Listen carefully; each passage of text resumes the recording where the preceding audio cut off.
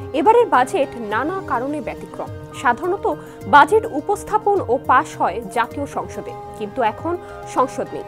গণঅভ্যুত্থানের মুখে গত রাজনৈতিক সরকারের পতন হওয়ায় অন্তর্বর্তী সরকার গঠিত হয়েছে। এ কারণে এবারের বাজেট সংসদে উপস্থাপনের সুযোগ নেই। সংসদ না থাকায় রাষ্ট্রপতির জারি করা অধ্যাদেশের মাধ্যমে বাজেট পাশ হবে। সংসদ থাকলে বাজেটের ব্যয় সংক্রান্ত অংশ সংসদে ব্যয় নির্দিষ্টকরণ বিল আকারে উপস্থাপন হয়। এটি সংসদে পাশ হওয়ার পর আইনে পরিণত হয়। সরকারের কর আহরণ সম্পর্কিত প্রস্তাব অর্থ বিল আকারে সংসদে উপস্থাপন হয়, যা সংসদে আলোচনার পর অর্থ আইন হিসেবে পাশ হয়। সংসদ না থাকায় বাজেট প্রস্তাবের পর মতামত নেয়ার বিকল্প ব্যবস্থা থাকবে।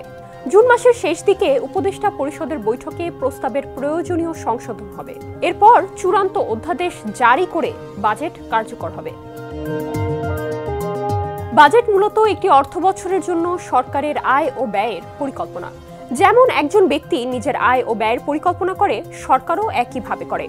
ব্যক্তির আয়ের চেয়ে ব্যয় বেশি হলে তিনি ঋণ নেন, সরকারও তাই করে। পরে আয় থেকে ঋণ পরিশোধ করে। সরকার জনগণ থেকে কর ও রাজস্ব আদায় করে জনগণের কল্যাণেই ব্যয় করে।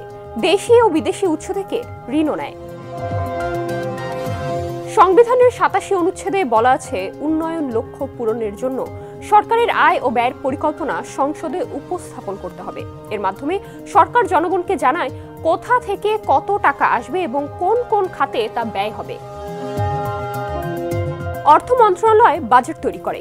জানুয়ারি মাসে প্রতিটি মন্ত্রণালয় পরবর্তী অর্থ বছরের জন্য নিজেদের ব্যয় পরিকল্পনা অর্থ মন্ত্রণালয়ে পাঠায়। মার্চ মাসে অর্থ মন্ত্রণালয় অন্যান্য মন্ত্রণালয়দের সঙ্গে আলোচনা করে। জুন মাসে নতুন বাজেট পেশের সময় সরকার চলতি অর্থবছরের সংশোধিত বাজেটও প্রকাশ করে। নুসরাত জাহান, সমকাল।